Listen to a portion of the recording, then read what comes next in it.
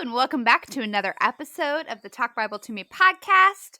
With this episode, we are going to be diving into Hosea chapter 10. But before we do, I'm eating a cheesecake and drinking lemon lime sparkling ice. And Emily just finished some fruit snacks. Fruit snacks. I steal them out of my kids' box. I really buy them for myself. We don't buy fruit snacks very often because they kind of make my kids crazy. But my daughter asked for them at Sam's Club the other day, and I was like, you know what? Yeah, those sound pretty good. So I eat probably more than they do, except I opened it this time, and it was all the orange ones. Those are not the good ones. I like the red and the purple. Interesting. Yeah. I like yellow. I like lemony flavor things. Oh, I do like lemony flavored, like, lemon cake, like lemon raspberry cake is my favorite. Yes. Oh, it's so good. But fruit snacks, no, I want them to be like cherry and raspberry and grape or blue. No, I'm sticking with my yellows. Do you like banana, lemon? I do. I am not a sour person, but like I'm not a sour person. I'm very sweet. Okay. But I do. I love Sour Patch Kids because it's like, I'm going to tough it out. Oh, it tastes so good. So, it's very rewarding. Do you like the yellow and the green? Are those like your go-to, like the lime citrusy? I like all of them. Okay. I like all of them. Yeah. But I was going to say, I told Emily that I was going to, on a bad day, I was going to Uber Eats. Yeah. Oh, yeah. You just looked at me weird, and I was like, am I making that up? You froze for a second on my end. Oh. So I'm going to give her a cheesecake so she can, like, enjoy it like I am. And then it made me think, oftentimes you show love in the love language that you receive love. And I love giving gifts, but that is not my love language. That's like almost the last. Yeah. What is your love language? My love language is quality time. Yeah. Aww. Quality time, number 1, and number 2, words of affirmation. And they are pretty dang close. Yeah. Words would have been the one I would have thought. Well, I always thought it was words of affirmation until it was like, you can tell me nice things, but if your phone is in your face and like we're spending time together, like I don't feel like hated by any means, but like I feel the most loved when people are just like focused and it's just us listening to jazz, talking. I get to hear about your day. You get to ask me about mine, but only if jazz is involved or movie scores playing in the background. Like Lord of the Rings, maybe. I love Lord of the Rings. And I love the movie score. I've been listening to a lot of Harry Potter movie scores. Harry Potter. Oh, I was just going to say that's the best one. So good. Also, Indiana Jones. That's literally what I have pulled up right now. I like epic movie scores because I don't know, there's something in my brain, and I'm sure there's psychology behind this. So if you're a scientist listening, please submit the studies that prove what I'm saying. But if it is an epic movie score, I get so much done. I am so productive. It's like I'm Indiana Jones, and my projects are the Nazis, and I'm going to beat them to the Ark of the Covenant. It makes sense. Oh, my favorite one is Pride and Prejudice, which is not epic. It is very much romantic, quiet, but like I can study, I can read listening to that. My husband will listen to like worship music with words. I know exactly. I listened to that movie score. It's so beautiful. I started learning that song on the piano. It's just like a fun little, I can't read music. I just play by ear, or I can see like if I do like a YouTube video. Right. And I found this tutorial, and then it teaches you the whole first, like, I don't know, 35 seconds of the song. And then they trick you because you think you're going to learn the whole thing. And then they're like, oh, you have to pay for the rest. So I only know like the first, 30 seconds. But hey, do you want me to send you a video? Do you play it? Yeah, I play it all the time. Yeah. No. I play chords on everything. So like cowboy chords on my guitar, and I like play chords on the piano and I swiggle my Yeah. fingers around. My mom plays though. She can hear it and play it immediately. So I can send That's you a video of my mom playing it. done. That'll be my project for the month. When she was trying to teach me how to play when I was younger, she'd be like, okay, it goes like this. Da, da, da, da, and she'd sing it or whatever. And I'd say, okay, well, play it. And I'm like, what? She goes, you don't hear it? You can't hear it and just do it? And I'm like, no. What are you talking about? Because she literally, like, she hears something. She, like, didn't take lessons. It's just like, she Yeah. just knew. She's like a prodigy. Yeah.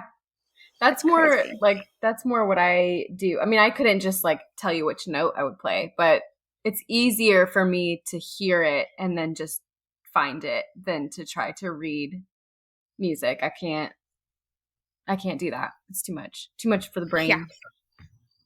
It's intense. And music's a lot of, like, math. So if you're good at math, probably got Yeah. a career.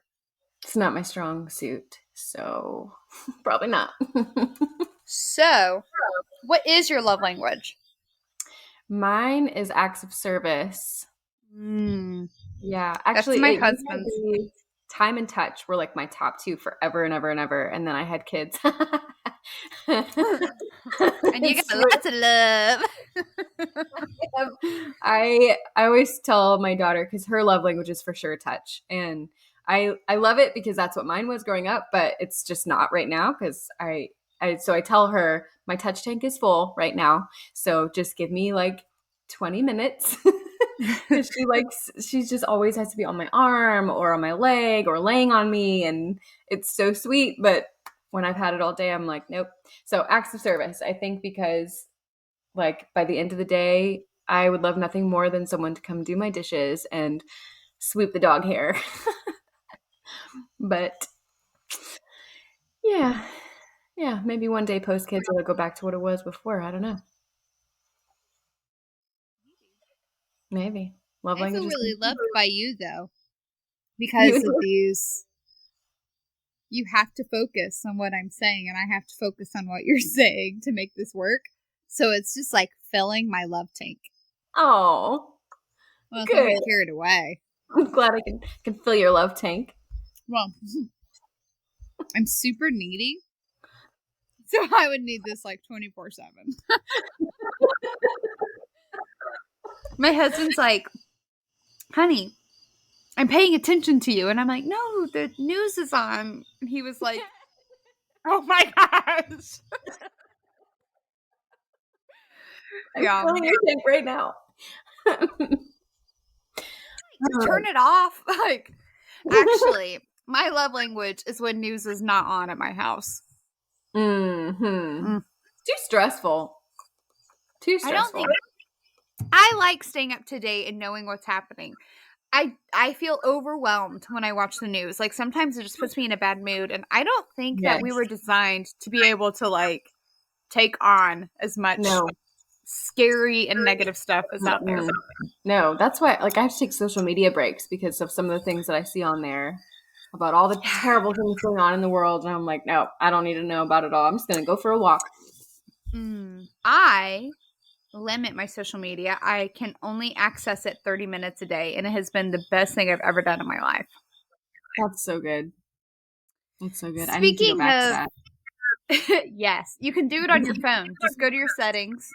And I had my husband put the code in. So like when your time's up, I can't That's when just it hit the happens. code. That's good because I have no self-control and I hit the code every time. So it was just annoying, so I turned it off. Yeah. So- So I am working on my self-control because it is a fruit of the spirit. But I'm like you. It's just not there right now. And so yeah. So I love it. It's the best thing I've ever done. Good. Speaking of negative and scary things happening in the world, let's talk about Hosea chapter 10. Okay, listen, you got to admit that segue was better than most. Yeah, actually, that was legitimately smooth this time. Well done. Well done. Not to toot my horn, but doot doot. Okay. I will be reading from the New Living Translation because that's what I'm loving at the moment. I'm going to read verses 1 through 4. How do you feel about that? Do it. Down? Okay. How prosperous Israel is, a luxuriant vine loaded with fruit. But the richer the people get, the more pagan altars they build. Ooh, ain't that the truth? The more, like even today, the more bountiful their harvest, the more beautiful their sacred pillars. The hearts of the people are fickle. They are guilty and must be punished. The Lord will break down their altars and smash their sacred pillars. Then they will say, we have no king because we didn't fear the Lord. But even if we had a king, what could he do for us anyway? They spout empty words and make covenants they don't intend to keep. So injustice springs up among them like poisonous weeds in a farmer's field. Verses 1 through 4 describe Israel as a vine that fails to give good fruit and that instead serves only itself, right? That's from D.A. Mhm. Garrett. Something that was interesting. Oh, no. Okay, sorry, guys. So I definitely quoted Isaiah and his the vine. But I didn't put the chapter or what it was called. And so now I'm just like verse 5, Isaiah, verse 5. Ah, that's so frustrating because it was so good. Put it in the notes afterwards. I'll put it in the notes afterwards. That's Yeah, let me exactly know what and I'll I'll do. put in the article.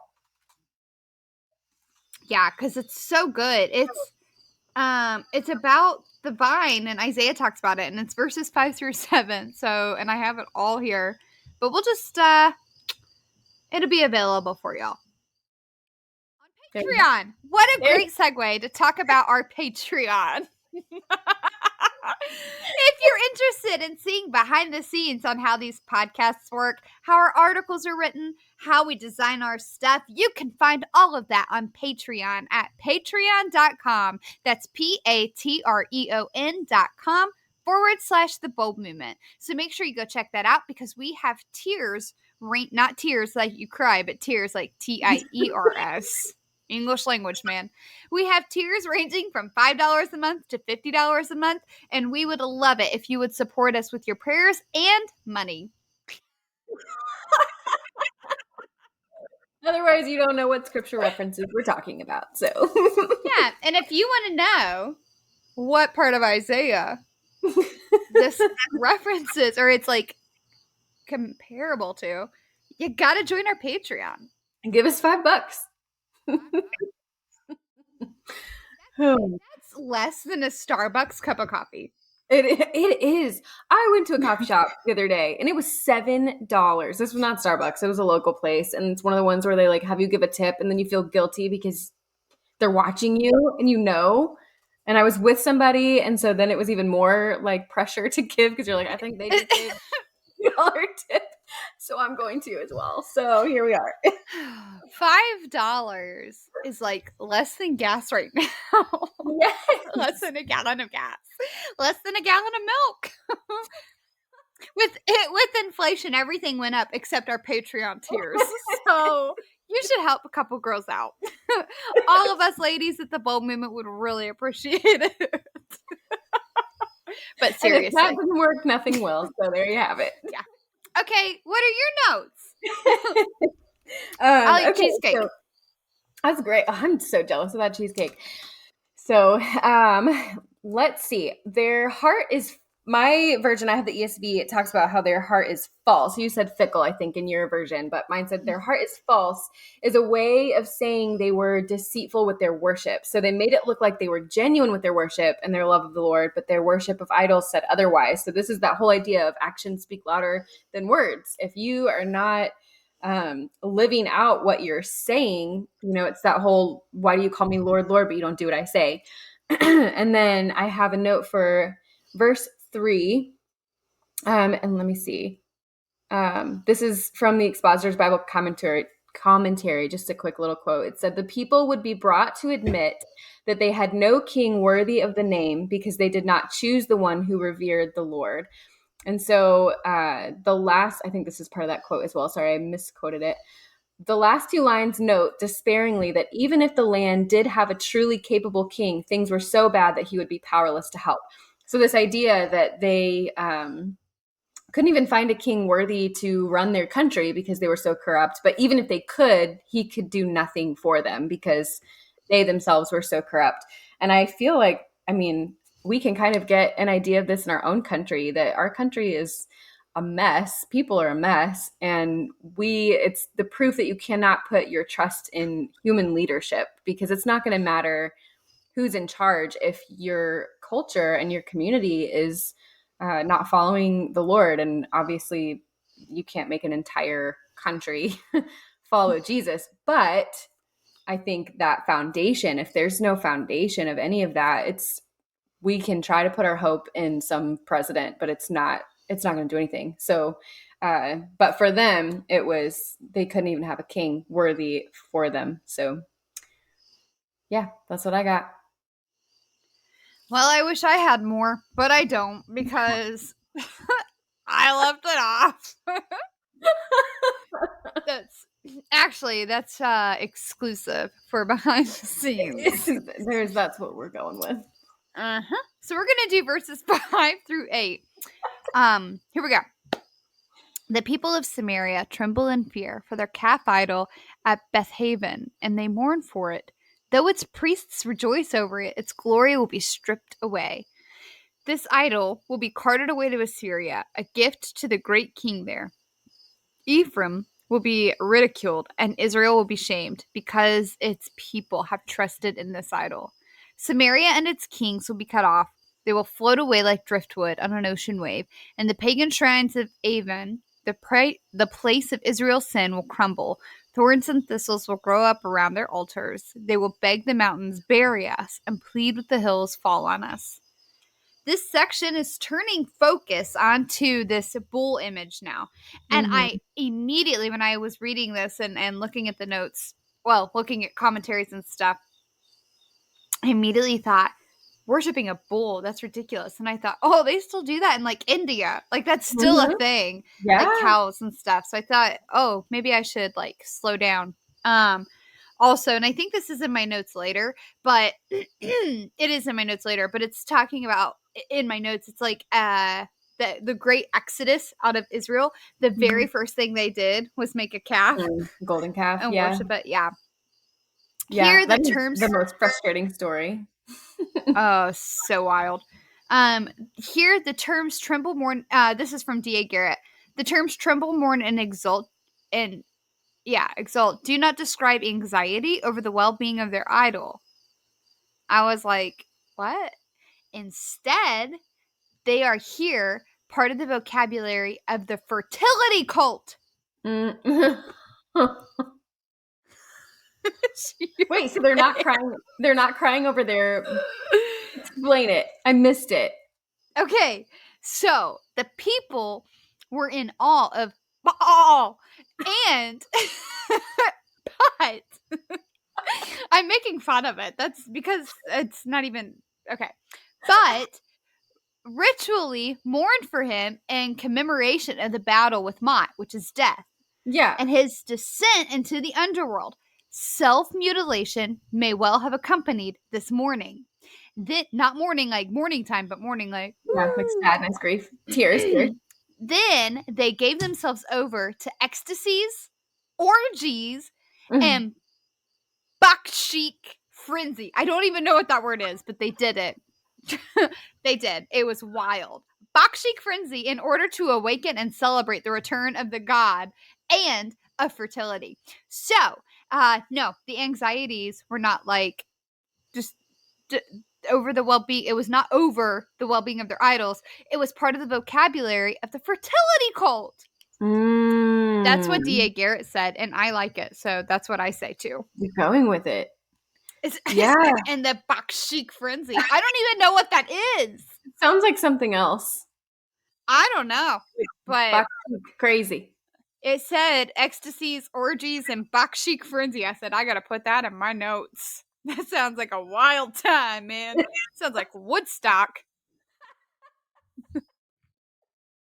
Oh, man. Oh man. Well, I have that verses 6 and 7 where it's talking about these idols. So they would have been, at least in my notes, made of wood. So not only would their calf idol be. Not in my notes. Woodstock, not wood. Oh man. Go on. Find my spot. Sorry.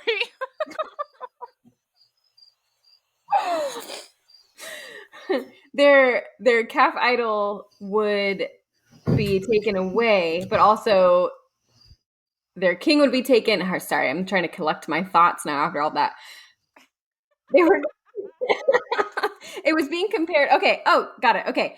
My bad. Sorry, everybody that's listening. Let me. You know what? I'll blame it on mom brain. It is currently 10:24 p.m. On my end. So. Is it No. mom brain or is it Megan? Really graceful to you. Uh-huh. And your love language is words of encouragement. I'm not going to discourage you. It's mom brain. It's not words of encouragement, it's words of affirmation. Same thing. So Yeah. mine says, Samaria's king shall perish like a twig on the face of the waters. I kind of loved that yours said it was like a, Driftwood on an ocean wave. driftwood on an ocean wave. This one is a twig on the face of the waters. And my commentary had made a note that it's basically like a picture of a twig on a river. Like their idol was so worthless that it's just a twig, little twig on a river, floating away, worthless, Oh, look. useful Do you for see that, nothing. Emily? What? Do you see that? What? It's on the water. Twig. So bad. Oh, sorry. I'm going to stop. It's getting late here, ladies. We are I'm getting a little slap happy. cheesecake and fruit snacks, and it's a party. Not a bakshik party, but it's a party. Not a backcheek frenzy. Not a bakshik frenzy. Holy moly! All right, what you got next? I don't really know That's where all I I was have. going with mine. So okay, The twig on the water. That's where you're going. yeah, we'll go with that. Okay. I've got I got 9 through 12. Okay. Wait. Well, Yep. I got 9 through 10, and then I skipped 11 and 12 with notes because I pulled an Emily. Skipping right over scripture. That part's not as important. But why don't you just read 9 through 12? Okay. I Okay. do have notes on some of those parts. So, all right, Okay. 9 through 12. From the days of Gibeah you have sinned, O Israel. There they have continued. Shall not the war against the unjust overtake them in Gibeah? When I please, I will discipline them. The nations shall be gathered against them when they're bound up for their double iniquity. Ephraim was a trained calf that loved to thresh, and I spared her fair neck. But I will put Ephraim to the yoke. Judah must plow. Jacob must harrow for himself. This is a lot of agricultural language, going back to that word. Sow for yourself righteousness, reap steadfast love, break up your fallow ground, for it is time to seek the Lord that he may come and rain righteousness upon you. You said you had something for 9 and 10? Yeah. I forgot how to drink. Spill it all over yourself. All over myself. It's like it didn't even go in my mouth. It was just like, If you're just listening to this and you don't have the video, she just stopped and just stared down at her shirt. Like frozen. Don't know what to do. Okay. So in verses 9 and 10, if you will make sure you listen to last week's episode, you'll kind of get a recap of what's happening here in Gibeah. Yeah. Gibeah. Gaiba. I don't know.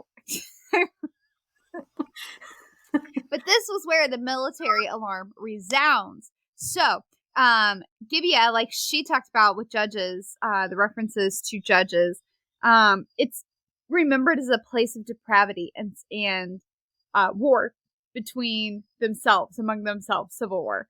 And so that's what's happening there. That's what I have. Yeah. verses 9 and 10. And then, That's all I got. can you be serious? I'm trying to be serious here. In verse 11, like a trained heifer, which is not a nice thing to call a lady, it talks about putting on the heavy yoke on her tender neck. And just in case, like, you guys don't know what it's talking about, because I think sometimes you hear yoke and you think of eggs. A yoke is a thing that was placed on the neck of a cow, or in this, heifer, which is a female cow, and they would, two of them would be under it, and that's how they would pull plows or whatever. And so when it talks about being unequally yoked, it's make sure you don't have a tiny cow and a big cow, because then your yoke's not gonna work. And Yep. so here, he's gonna, and then also in reference in the New Testament, Jesus says, my burden, my yoke is light. My God.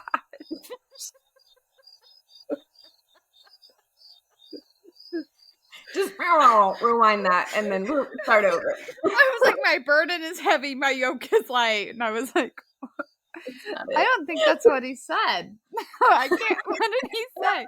My yoke is light, is what he said. And that is in stark contrast to here, where the yoke is heavy and I am done. I have nothing else to give. Oh, man. That cheesecake had something in it, man. I'm going to have to eat another piece.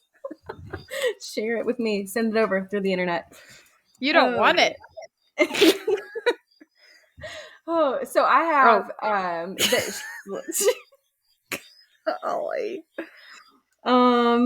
let's see. I have to go backtrack a little bit. So Ephraim was a trained calf that loved to thresh, but I spared her fair neck. So I have a note from the Expositor's Bible Commentary again. It says, Ephraim, or Israel, had been well trained in past days, like a heifer broken to the yoke. She had come, however, to enjoy only the work of threshing grain, which was pleasant to the heifer because she could then eat her fill of grain. But God would put a yoke of true work on her fair neck so that she would have to work hard in plowing and breaking up the hard soil. And that made me think of Colossians 3:23 through 24, where it says, whatever you do, work at it with all your heart, as working for the Lord, not for human masters, since you know that you will receive an inheritance from the Lord as a reward. It is the Lord your Christ you are serving. And it just made me think that everything you do should be for the Lord, even if that means you don't get the benefits of it in this life. But that's not what they were doing. They were working for their own benefit. They were doing things like a trained heifer. They were going to work, but they only wanted to do the things that benefited them immediately in that moment. And so, that's not how we work for the Lord. We work for the Lord even when we don't see the fruit, maybe even in our own lifetime. Sometimes we don't see any of the fruit of the work that we do here on earth. But that's not why we do it. We do it to please the Lord and not ourselves. So I just thought that was a good note, just on the reminder for myself too, because as a pastor's wife, like, it can be very easy for me to go to church on Sunday and feel like I'm the only one doing all the work there. And, feel frustrated that there's not more volunteers or there's not more help. But then it's like, I'm not here, for other people to come help me. I'm here because this is what we're called to do, regardless of if I'm alone in it or if I have a million people helping me. So I needed to hear that probably as much as anybody else. Yeah, because being a pastor's wife is glamorous and you have nothing to complain about. Yeah, no, it's fancy. It's great. Sorry, I think God just shocked me like with lightning. Verses 13 through 15. We're going to do this, guys. We're almost there. Hang with us.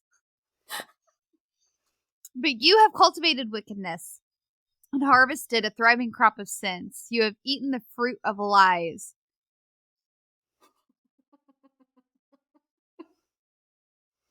I immediately started thinking of your fruit snacks. And then, like, Elf, when he's like, you sit on the throne of lies. That's the same thing I thought of too. I was just like, this has Emily written all over it. You have eaten the fruit of lies, trusting in your military might, believing the great armies could make your nation safe. Now the terrors of war will rise among your people. All your fortifications will fall, just as when Shalman destroyed Beth Arbel. Even mothers and children were dashed to death there. You will share their fate, Bethel, because of your great wickedness. That's how it's written. You will share their fate, comma, Bethel, comma, because of your great wickedness. When the day of judgment dawns, the king of Israel will be completely destroyed. Whoa. This almost feels like a playground threat, you know? You're gonna eat the fruit of lies. You, Bethel.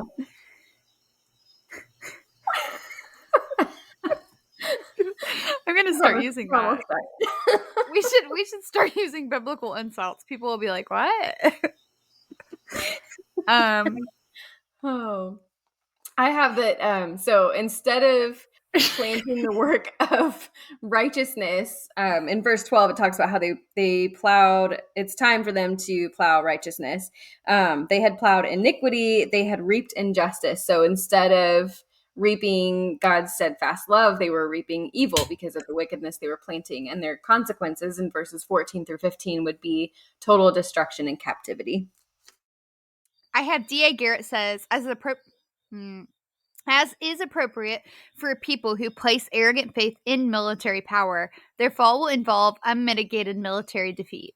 The king, the symbol of their power, but also in 10:1 through 8, a figure greatly weakened, would be utterly undone. He would perish at dawn, that is, at the very beginning of the battle. And I think that's interesting because it kind of made me think of like,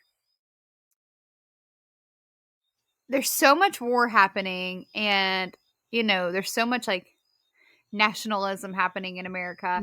And well, I shouldn't say so much. There's extreme nationalism, and then there's extreme like hatred. And I Right. think those are both incredibly wrong.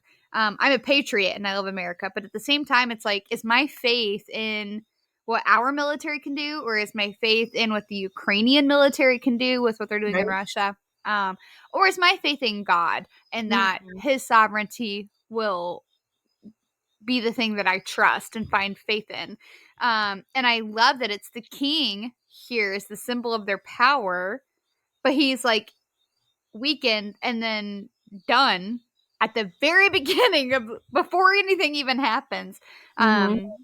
And I think that just shows like God gives us leadership and God gives us rulers and God gives us all these things, but that is not who our ultimate trust is in. That is who God has given us for a purpose and time, but we need to make sure that we're focusing on God. Yeah. That's Yeah, all I got because to say about that. I could even say just super fast, like again, as a pastor's wife, like God put my husband in the place of leadership at our church.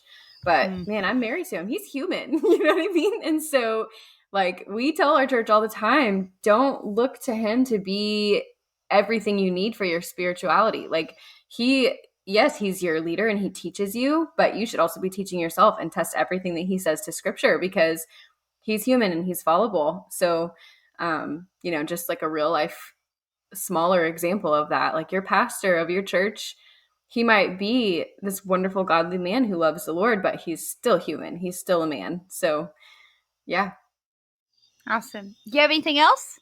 that's all I got. Me too. Guys, thank you so much for tuning in and bearing with us. We really appreciate it. The Talk Bible to Me podcast is an extension of the Bold Movement, which is a women's ministry with a desire to cultivate a deeper understanding of the Word of God. And we're so glad that you joined us. And don't forget to go check out Patreon, our wonderful, beautiful website that helps us raise money. Patreon.com. That's Patreon. Patreon.com/the Bold Movement. Check out all our behind the scenes. Get our notes. It's very scandalous. It's not really scandalous, but if I put that in there, maybe it's like, ooh, I'm curious. I was trying to pitch a little bit of FOMO out there. Give us The fear of missing out. You don't wanna miss this scandal, ladies. All right, Emily, say goodbye to the good people. Holy moly. Go out and be bold, ladies.